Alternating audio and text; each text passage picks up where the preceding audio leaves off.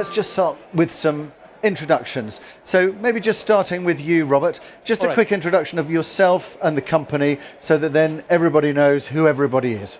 Robert. All right, my name is Robert Jędrzejowski. I'm CEO of PKBX.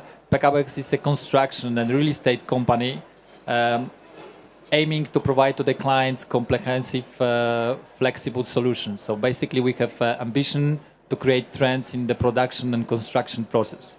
PKBX was established in 1973, but don't worry, I'm not working with this company that long. Actually, in 2008, the company was took over by a group of entrepreneurs, restructure, and then our strategy was redefined. So we started from one factory in Poznań, west of Poland. Now we have 6 factories, out of which 5 are located in Poland.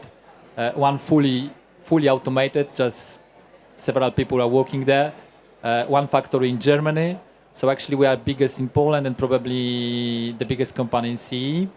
In terms of figures, 250 millions of turnover, more than 200 cubic meters of products manufactured last year, more than 300,000 square meters of built objects. In terms of market, we are working in Poland, Scandinavia, Germany. The product range, we specialize in logistics mostly, not a surprise. But we do also office buildings, we do residential projects, which are more and more popular in Poland in prefab technology. We have 3 segments of production, assembly, general constructing, and development. We are building the 4th actually, which is technology, which will be probably something we can discuss here. So we are starting to think about designing our own machines. And the last thing, which is very important about PKBX, is design department, which employs more than 100 people. So that's why we are able to think, coming back to the first sentence, we are able to think of the projects in the complex way. Okay, good. And it's obviously really important to be able to have that conversation around the construction side of things as we get more of a focus on embedded carbon and those kinds of things into the market. Emilia, quick introduction of yourself and the company. Yes, hi. My name is Emilia Demboska, and I'm a sustainability manager in Panattoni. Panattoni is the largest logistic developer in Europe. We are a European company. We are active in Europe since 2005. Our American Panattoni company was held in 1986 by Carl Panattoni, and we are active on 9 markets right now. We have just entered France.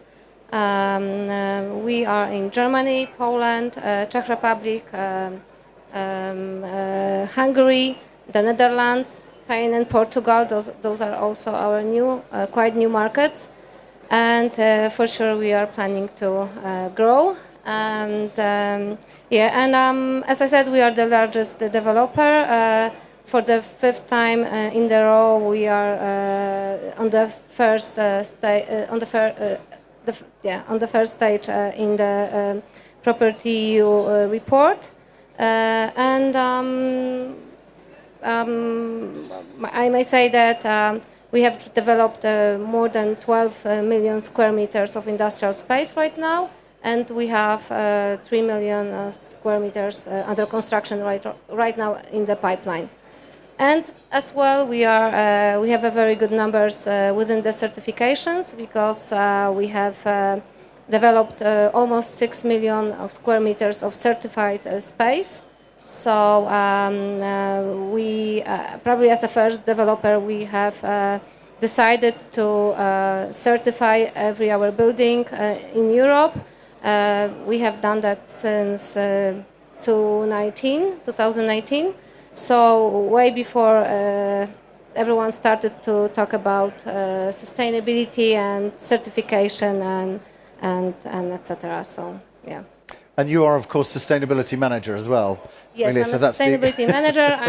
Today I'm blue, but in general I'm green. I'm a green. Excellent, very good. And And coming over to you, yes, absolutely. Let's. I was going to mention that Panettone, I think, have also just come into France as well, which brings me very neatly to Edward and STAM Thanks, Europe. Richard. So I'm Edward Bates. I'm the CEO of STAM Europe. We're an investment management firm based in Paris, and we're a multi-manager of different types of assets. So we have offices, logistics, and residential, and we manage different types of capital. So we have core long-term capital program strategies, and we have opportunistic value-add development strategies. We manage currently about 1 million square meters of logistics in France, and we're probably one of the biggest players in that industry in France right now. We have a dedicated team for logistics, and we also continue to raise capital and look at sustainability issues within our portfolio, which is why I'm here today. Thanks. Perfect. Thanks, Richard. Yeah, hi. I'm Richard Wilkinson, the CFO, Deputy CEO of CTP, one of the top 5 logistics companies in Europe, the clear number 1 in Central Europe, 25% market share in our core markets of the Czech Republic, Hungary, Slovakia, and Romania. We are actually the first company in property that I know of that has their whole portfolio certified. Sorry, Emilia. We did it already last year, which meant that we built to own. So what we built 20 years ago, we went back, we invested in, and we improved the quality of the building for our tenants. And what we do is we build parks. So we build infrastructure, we build ecosystems, and that makes it then also easier to invest in sustainability because I'm investing in my own building for the long term. Okay, good. Let's just pick up with you, Richard. So, huge demand, huge focus on logistics over the past 18 months. A lot of competition for assets, land, a lot of changes in terms of technological innovation as well. Ranging from automation, artificial intelligence, those kinds of things. So I suppose,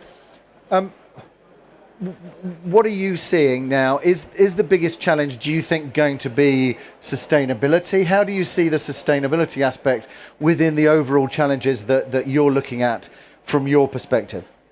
Well, I think the biggest challenge for the real estate industry as a whole is going to be reducing the CO2 footprint. Real estate is one of the top 2 polluting or CO2 generating industries around. It's not for nothing that from 2023, everyone is going to have to list, everyone in the EU that is going to have to report what they are doing to actually reduce their actual carbon footprint, not come up with a goal aspirational, in 2050 I will be carbon neutral. Now, 2050 is probably going to be a bit late. So there was a service provider that came out a couple of weeks ago and announced their tremendously ambitious target of being carbon neutral in 2050. They use some office space and they drive around and fly around. I can make them carbon neutral in 3 months. I don't need 30 years. It's a joke, yeah? So if you have a small footprint, you can make steps quite quickly and be effective. Developers like us have quite large footprints, so then you have to think a little bit different. No, that's interesting. And Edward, from your point of view, how do you see that? What role is that playing? And particularly, are you seeing more of a growing focus on that in terms of the capital side, the pension funds, and is it becoming more of a focus for them as well? Sure, I can give a bit of an investor perspective. I think, firstly, investors, pension funds, and whatnot are looking at those types of issues as they invest in future real estate. I think the other side of the equation is not only new investments, but existing investments. And I think one of the biggest challenges for the sustainability issue is that it's an enormous destruction of value for existing real estate. As you've got to set aside CapEx programs, which maybe weren't seen previously. So you've got to deal with all these capital issues within your existing portfolio as well. So from an opportunistic investor standpoint, it looks like a great opportunity because we've got this enormous destruction of capital or of value within a portfolio, and you're going to need large amounts of capital to actually renovate buildings, upgrade the buildings, and become in conformity with these new standards that are coming across Europe. So we look at it two sides of the equation. It's an opportunity, but it's also an existing issue that we have to deal with. Okay, good. Yeah, go ahead. Yeah. Yes, of course. If I can join to this discussion, because when we talk about reducing CO2 footprint, it's not only about operating the old objects, but also building the objects. And then there is a question: what price our investors are ready to pay for this effort? Because the investments never come without the price. There is always a price. So actually, Pekabex as a constructing company and manufacturing company, prefab company, is actually working to reach this target. So we are not only talking about this, but we are trying to reach it. And how is it possible in our view? So first of all, the logistics halls are made of steel and cement concrete. No one introduced any other better solution for now. Maybe there would be in the future. So for us, the direction is to reduce amount of steel and reduce amount of cement, and we are doing this. For example, in small and bigger ways. So, for example, reinforcement. We are trying to, due to more efficient designing, due to automation, we are able to reduce the amount of steel which is in our elements. So it's concrete step. Then we try to replace the steel reinforcement with composite. It's also the way. We try to use low emission cement, and most of important, we using pre-stressed technology, which replace traditional reinforcement, passive reinforcement with pre-stress steel, allow to minimize amount of steel and minimize amount of cement. But from our experience, again, I will mention of course there are some other issues like durability, how long the object will be operating, because it's once you are doing this CO2 emission, it's important whether your object the life of the object will be 20 years or maybe 40 years or maybe 50 years. So I think it should be counted on. So maybe later during this discussion I will mention how. I would like to evaluate how developers and construction companies like ours should cooperate to reach this goal, and how to finance this effort. But do those processes cost less? Not in slogans, that in real life. But do the processes you're talking about cost less or cost more?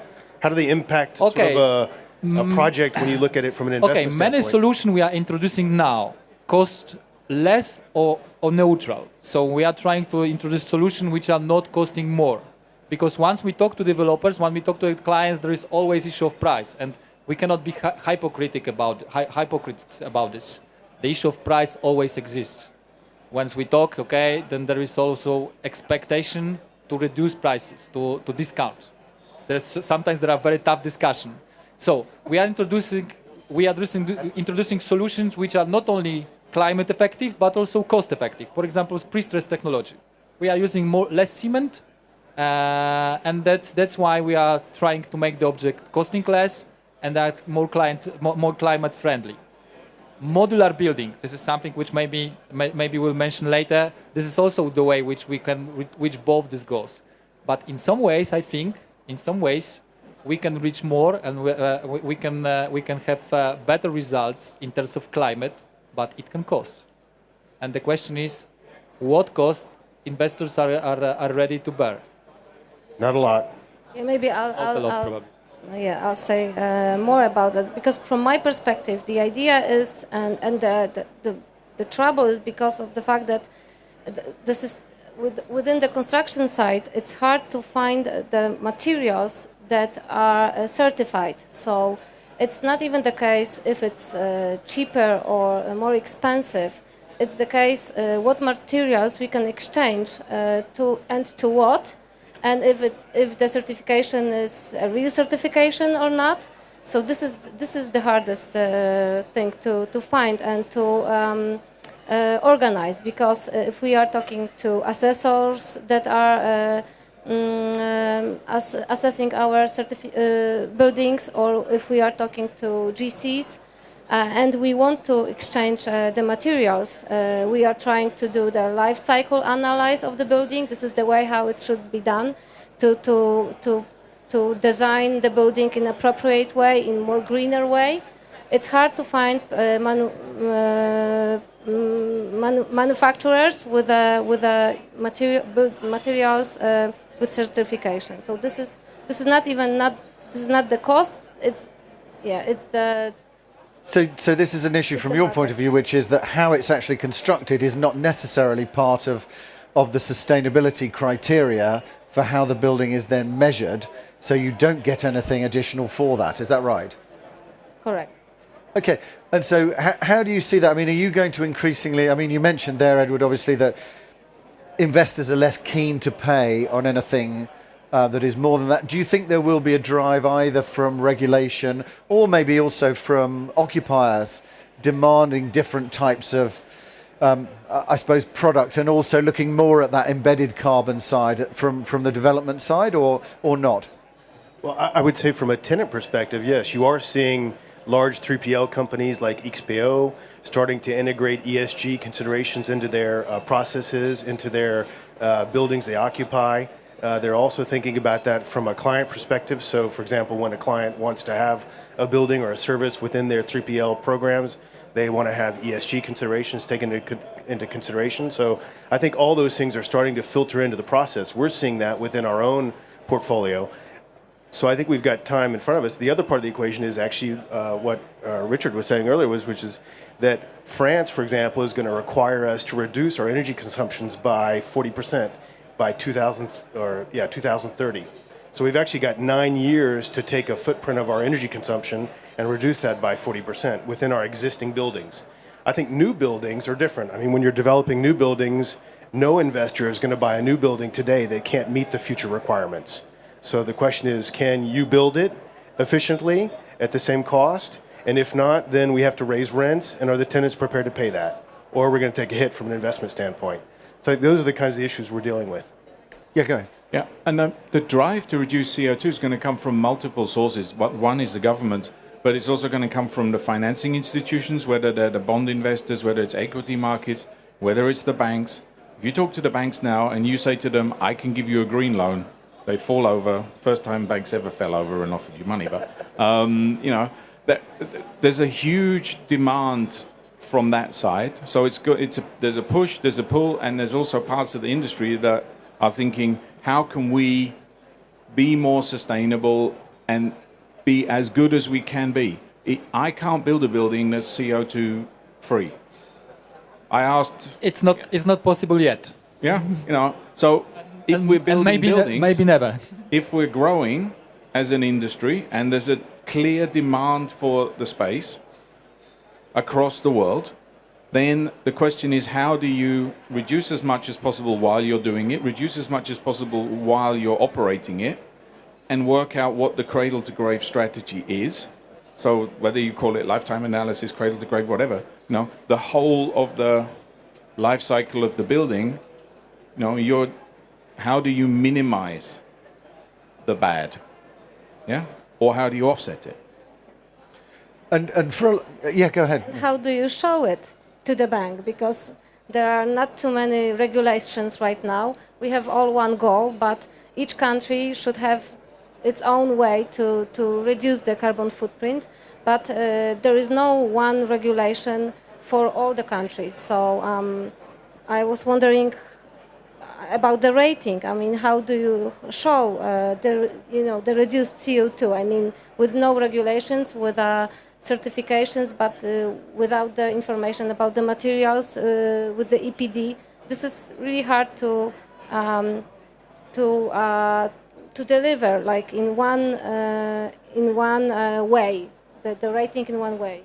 That's a good point, because one of the challenges actually when you're buying assets today is to think about how you're going to reduce that energy consumption, and then you have to measure it and how it's going to be measured. And so you're making choices about CapEx programs without really knowing how it's going to be defined. Especially when we are talking about the speculative warehouse, right? When you don't know how many tenants you will have, you don't know what branch they will represent, so if they will be a manufacturer or logistics. So, but for sure, I mean, it's the easiest way to find out the energy consumption and the CO2 emissions is from the operational part of the building, because the hardest way is to find the numbers for the embodied carbon, for sure. Well, I think what Richard said is very important, that about CO2 footprint we have to be realistic. There is no way, at least now, of building the building without CO2 emission. And sometimes there are some attempts to make it in, let's say, formal way, trying to develop certain schemes, like, for example, ideas, let's build from the wood and this is CO2 free. So I think this is some kind of the crazy ideas. Cutting of woods because of idea of CO2 being CO2 neutral. So we need to acknowledge the facts, and as Richard said, minimize, make the objects the most efficient as possible, and being built for the longest period as possible. I think there are some ideas of offsetting this. Richard mentioned this. So photovoltaic. This is the issue of which is very popular now. And again, PKBX is coming to you with some help and some technology. So basically, we are proposing the roofs which are constructed from prefab elements. The structure in comparing to steel roof. And for example, in Poland, 20 years ago, millions of square meters of logistics hall. Most of them have been constructed using steel structure supporting the roof. Now, mostly because of the PKBX and some other companies coming to Poland from Western Europe, prefab roof is becoming more and more popular. And why is that? Okay, steel was a bit cheaper, and for this $1 more, people are choosing the steel roof. And why it was mistake? We explained it to the people, and more understand this. Why it was mistake? Because if you want to install photovoltaic, you have it in our technology. You have it nearly for free. You just install it. You don't have reserve for load bearing. It's much more. Okay, having photovoltaic on the roof, we have to remember about safety, fire protection. Again, concrete is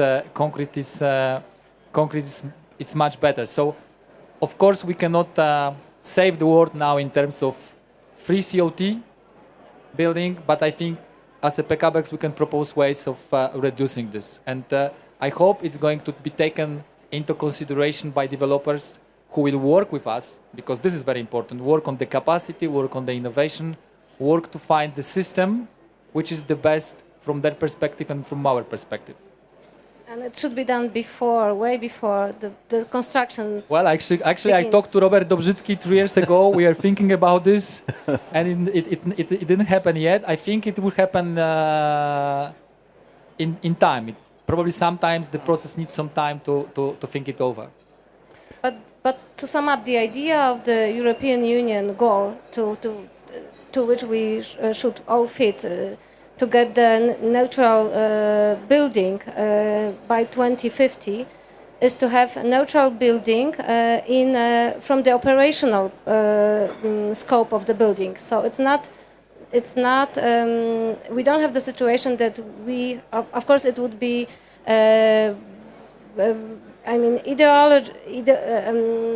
Great if we had reduced carbon footprint from the embodied part of the building, but the plan is to reduce from the operational scope of the building. And to do that, we have to plan renewable on the site solutions, and then we have to exchange the heating in the warehouse.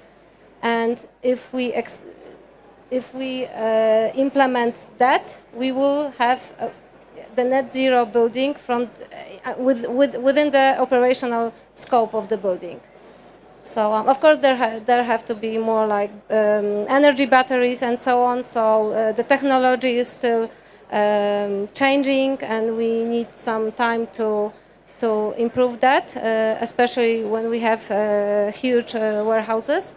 But this is the idea. From the construction side, we can and we should reduce the CO2 from the materials, from the embodied CO2, but we won't be able to, to have zero CO2 within the structure of the building. Okay, good. And I don't know whether you're picking up on the live stream as well that we've had butterflies and now bees coming in. So there's some positive biodiversity from presumably Expo Real having to have the doors open for fresh air. Interesting to pick up on that point around. There's obviously the embedded carbon in terms of the development side that's there. But what are the things that we are doing at the moment, and what do we think the things are going to be in future that we're already beginning to look at in terms of reducing the operating side, whether that's solar heating and power? What are the key things that you're needing to put in and you're thinking about when you're developing for kind of product that's going to be sustainable, but also a sustainable investment? Yeah, I think if you solar is a great thing, yeah. Don't get me wrong. Unfortunately, it produces power when the sun shines and doesn't when the sun doesn't shine. So, unless you get to a certain scale and then store the power, you create a different problem, and the problem is to do with the grid, because you overload the grid. So there are certain markets where you can't actually build large solar plants at the moment because the grid is just incapable of dealing with it. Yeah. So then you have to think, okay, what are the alternatives that we would have? Can you take buildings or can you take parks off grid? Can I produce enough energy for the tenants over the whole period of time? It's produced at the wrong time. I have to store it and then give it back to them. But I can be completely green in my energy consumption or production and consumption. Yeah? And I don't harm the grid. Actually, I help the grid because I take all of that consumption off the grid. And as we move to a more alternative energy driven energy supply, then you have to come up with ideas of how do you cope with the time when the wind doesn't blow? How do you cope with the time when the sun doesn't shine? Because people still want to boil their kettles, factories still want to work. How do you deal with those issues, and are there ways that you can do it? And then there are, is the answer to that. But you just have to, what are your energy storage devices, and how is it that you're doing that?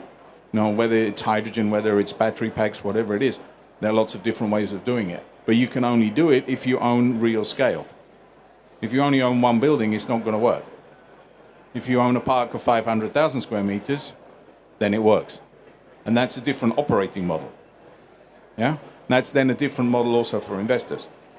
So if you're an investor and you're buying lots of individual assets, you can't do that. We can. And so that makes a difference. And I'm also interested in, what are the demands from occupiers? Presumably, as we begin to see, certainly in London, I see far more Amazon, although other providers are available, electric vans. So are you going to need to have far more electric charging points? What happens when automotive, when auto drive comes in, you've yes. got... So that's just a plain yes, you've got to have more of those. Very simple. We just bought we bought a building that's being constructed at the moment, 2 stories in Amsterdam, and we're talking with the city about how the tenants can deliver into Amsterdam by water. Because the bridges in Amsterdam are creaking. They don't want to have any heavy trucks. They don't even want small-sized trucks. And so can you bring the heavy stuff in by water? Oh, right. Okay, so going back to using the canals for their original purpose. Absolutely. So we're going back 500 years, not just 100. Back to the future. Yeah. Well, I'm an English guy. When I grew up, there was a very eco-friendly way that milk and butter and eggs were distributed. It was the milkman who came along in an electrically powered vat, milk float in the morning, delivered everyone the milk in a glass bottle that was fully recycled. We got rid of that. We went to the supermarket, bought plastic because it was cheaper. And it's true, and there is an interesting view on how delivery is going back to where it was 100 years ago, and will it all end up being on bicycles, which is exactly where it was 100 years ago. Emilia, I wanted to pick up with you because obviously CO2 reduction, climate change is an important part of that. But also part of sustainability, ESG, is also social impact, which then is around, I guess, what you're providing as well for the staff who are going to be working there and those kinds of things. So what are the trends there in terms of the logistics side, and is that something that's becoming increasingly important to both investors and occupiers? Well, from tenants' point of view, for sure the well-being is very important, and we can see the growth and the biggest demand in that field. Our strategy was to plan our certification and our solutions within the building to meet the expectations of the tenants. So we upgraded our certification into excellent level and as a standard. And together with that, we improved the ventilation, the daylight, natural daylight within the office part of the building. We have been building like the big window facades in the office. So we also, of course, took care about the environmental part of the site and the outside. We are implementing a lot of meadows and different kind of habitats for lizards and insects, because we are like creating let's say like pocket parks outside the building, because our strategy was to prepare for the tenant the place where the employee could go and sit outside, rest, or eat lunch or something, together with the more comfortable office inside. So we just planned to develop the office part of the building. So this is the demand from the employee part side. But like at the end, I mean, the sustainability is a very wide scope. So we have to think about different kind of solutions when planning the building. So, for example, the place where we locate the building, if it has a good access to the bus or to the rail, so if we have enough parking spaces, we are, for example, planning car sharing for employees that are within our warehouses. So sometimes it comes from the tenant, the need, and sometimes we want to provide the solutions and to show the way that should be, how should be the building planned. We also see the demand for the electric chargers on the site. We have been putting the chargers on the site for 2 years now, and now we see the first logistics companies that ask for exactly model of the charging points. So this is something that is for sure changing, and the demand is growing. It was interesting, that point that you made there about public transport becoming more important, because that was something that was in the residential one that we just had, that whereas before everybody in terms of development needed to look at how many parking spaces per unit, and now they're not looking at parking spaces per unit at all. It's actually the proximity to public transport becomes far more of a key area. From an investment and development side, is there, I suppose, Richard or Edward, are you seeing the need to have things well certified as well as ESG compliant, in that sense that occupiers are demanding that things should be well certified as well in terms of wellness? Is that an issue for you? Not yet, but I would expect it to come. Okay. And it will come from the bigger, more sophisticated tenants first, because they will be, you will get the global thing that says everything has to be, and that is what will help to drive that. Okay, good. There's around 10 minutes left, so if anybody's got any questions on the live stream, do put them in now. You got a support recently from Ksenia, who's, thank you for that, Ksenia, saying that research and R&D was absolutely critical, I think she said, but whatever it was in capital letters, so it was definitely a decision, so thank you, Ksenia, for that. So if anybody's got any questions, just let me know, shout them out, raise a hand, do whatever you like, and I will make a way for you to be able to ask those questions. I just wanted to pick up on one thing that was said as well by Emilia. I mean, do you think that's going to change locations? Do you think the focus on sustainability will change where you may well locate? Because obviously we may have a position where if you're using battery power to get you from A to B and you're not on driver's hours or whatever it is, that there may be an option to change some of the locations for logistics. Is there a view about changing those at all? Do you think there'll be any influence? Go ahead, Richard. I was going to just comment that one of the biggest challenges actually in France, for example, today is just the availability of land that you can actually get permitted to build new sites. In France we have a regulation where you have construction permits as well as operating permits, and these operating permits can take 5 to 10 years to obtain for sites. So it's a very complicated process, very long process, politically sensitive issue. And today in France, for example, we have the Greens, which have taken over a lot of the cities around France, and so it's making construction permits very difficult to obtain. So I think that's one of the challenges actually within sustainability. Is one of the issues is we don't want to turn greenfields or empty land into logistics assets, and so how do we deal with that? And I think one of the solutions is what you're doing in Amsterdam, which is having densified sites. We need to start thinking potentially about having multi-layered assets versus just flat open warehouses. Something to think about in terms of construction and technology as well. Yeah, and in terms of, so the buildings can be used by logistics companies, they can be used as light production facilities. And depending on, you can have R&D, you can have a bunch of different things in there. The building is relatively smart. It's a dumb building, but it's relatively smart because you can use it for lots of different things. And going forward, you can have fully automated warehouses. They can be located in the middle of absolutely nowhere. There's no one working there. But you can't locate production facilities in the middle of nowhere because you've got to get all the people there. So it really depends on the tenant as to where the location is going to be. A good location is driven by the tenant and how they're going to use it, and not by what land I can buy and what I could build. I can build anything, anywhere, if I get the permits. But whether a tenant will turn up is a different question. You can only build what tenants really want. And what they will want, not just now, but what tenants will want in 10 years' time, 20 years' time, 30 years' time, 40 years' time. Because the buildings are for 50 years. Yeah?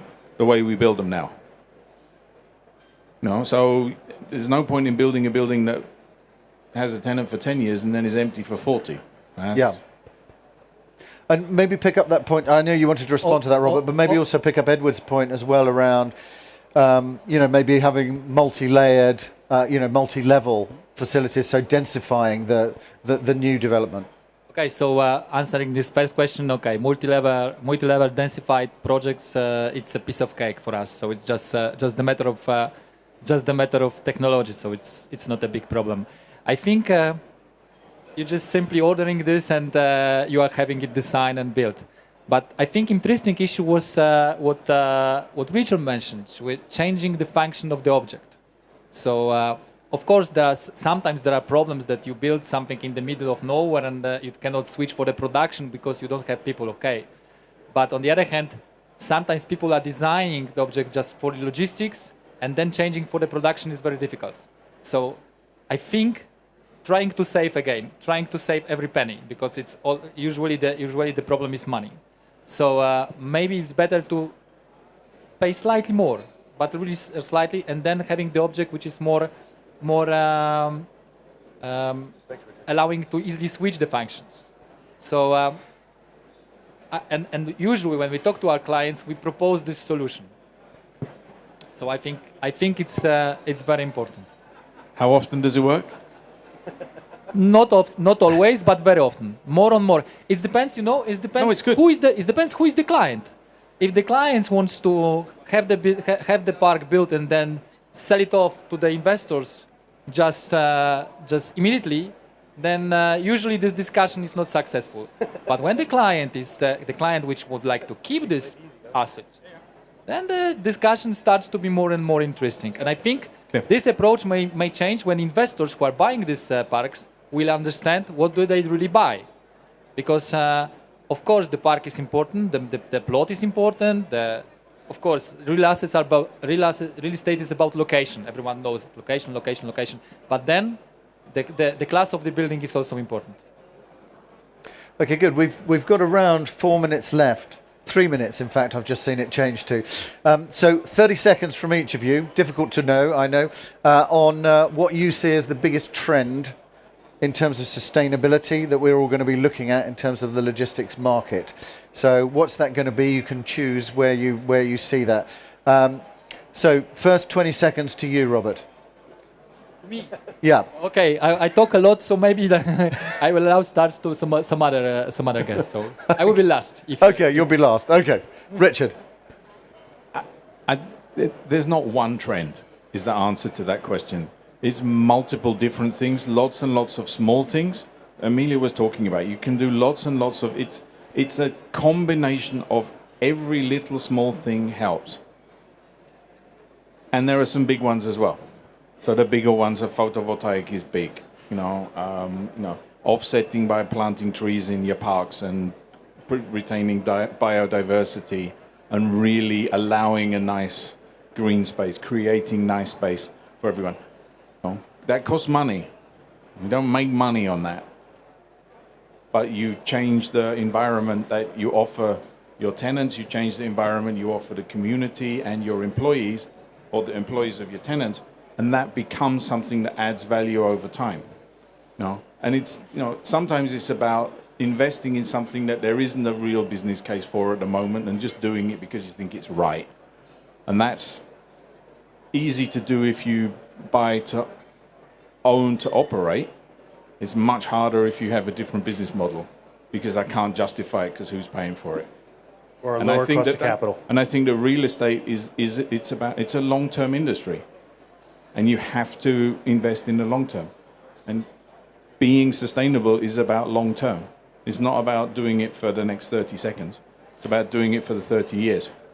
Doing it for your kids, doing it for your grandkids. And sometimes there isn't an easy business model for that. There wasn't a business model for us in certifying 100% of our portfolio, investing in buildings we built 20 years ago. It's impossible to make. Yeah? But it allows us to go to the bond markets and say we're only ever going to do green bonds, which is unique. And the investors like it because they can say, I've got this fantastic green company I can invest in. No, when we started doing it 2 years ago, we didn't think about that. So sometimes it's do the right thing and you'll get the benefit somewhere down the line. Okay, good. Edward.